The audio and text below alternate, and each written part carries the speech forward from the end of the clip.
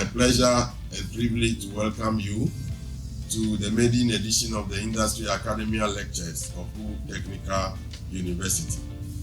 As you may be aware, the problem of youth unemployment is a major concern for many governments across the world.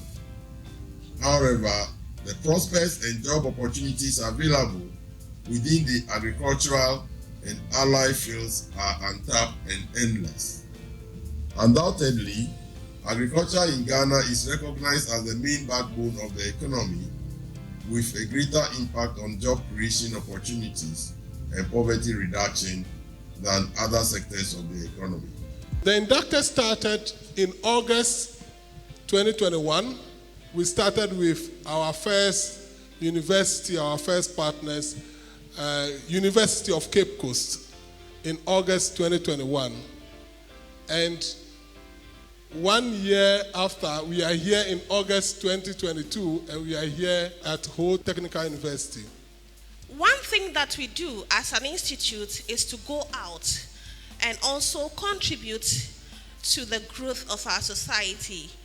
And we call it the coding caravan, where we move from one location to the other. We organize regional outreach programs for children, for them to also imbibe the skills right from a start. Last month, we spent 4 weeks traveling in 3 regions where we sent our young engineers and tutors to communities with laptops, with 3D printers, and we organized coding program where we expose young people to the technology of today and the technology of tomorrow. The key areas in the Agritech industry is 1, agronomic content. In that area, we need more people who both do agronomy, who are into agriculture, and people who are into what? Technology. All what we are doing is blending technology with agriculture. Why are we saying that? We need somebody who can use satellite to predict the weather. By predicting the weather, we need the agri person to interpret that thing in relation to what it means for a farmer growing a particular crop in the area. So we are creating job for both the IT guy and the agriculturist. Any form of agri projects that you have, you can deploy it using ICT currently without any problem. Because in the beginning, we don't know. In the middle, we became aware. Now we know. And we can now predict what's going to happen in the future. In the bakery industry, freshness of egg is a very vital attribute. That means that they need to rapidly determine the freshness of egg. So when they break it, it will not melt the whole confectionery product. Therefore, we also attempted using mobile phone assisted with rapid near-infrared spectroscopy. And to our amazement, we are able now to differentiate egg from 1 day to 21 days. That means that freshness of eggs could be determined with a click of a button and the use of an artificial intelligence to call the near-infrared spectroscopy. Another problem we also realize is that if you compare the efficiency of, of crop yield in Africa compared to other parts, the gap is really wide. Basically, for what you get out of an acre, the same crop, in Europe, they might get 10, 20 times more. The science of creating effective and efficient breeds and varieties is well established. Right here in Ghana, one of our partners, they've created maize seeds that produce 10 times more than what is traditionally used. So that means that just by buying the right kind of seed, you can let's look at it monetarily. You can improve how much money you make as a farmer 10 times just by doing that. So we had conversation with Plant Breeding Institute, and we realized that there's also some gap that they have. So we developed something called high throughput phenotyping, which basically requires us also using a drone.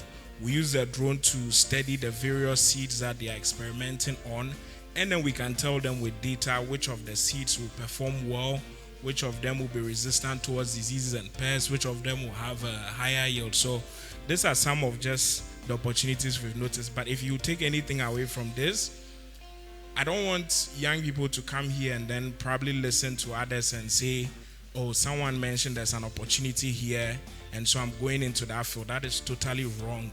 If you take our environment in whole, for example, we have some agricultural activities around. We take Caltech, for example. Caltech is into processing of cassava into ethanol. But what they buy is not only the cassava, they buy starch. So how can a solution to allow the smallholder farmer be able to determine the starch content of the cassava? So some simple equipment or a tool to enable that farmer be able to do that is something that whole technical university could look at. When it comes to agriculture, I want to believe because of its labor intensiveness, most youth will not want to venture into it.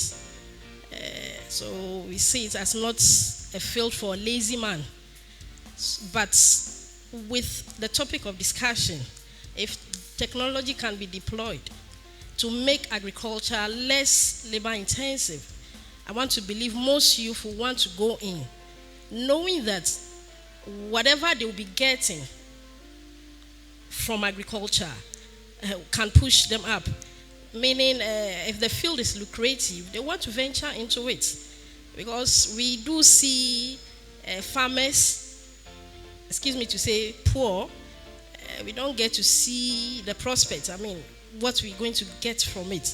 So I want to believe if with this platform and if we can push them in the right direction, supporting them, they would be ready to venture into agriculture.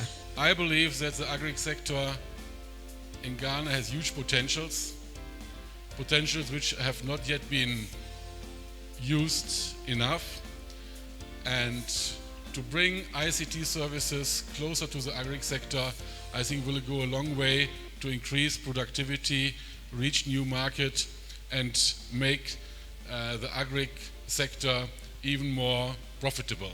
So maybe we can also support entrepreneurship in the agri sector, so that we not only train farmers, but agripreneurs who are really imparting their entrepreneurial skills, their entrepreneurial spirit in the agri sector.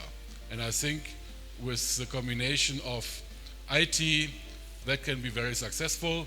That's what we want to discuss today, and I'm happy to be part of it, and I thank you for your attention. Thank you very much.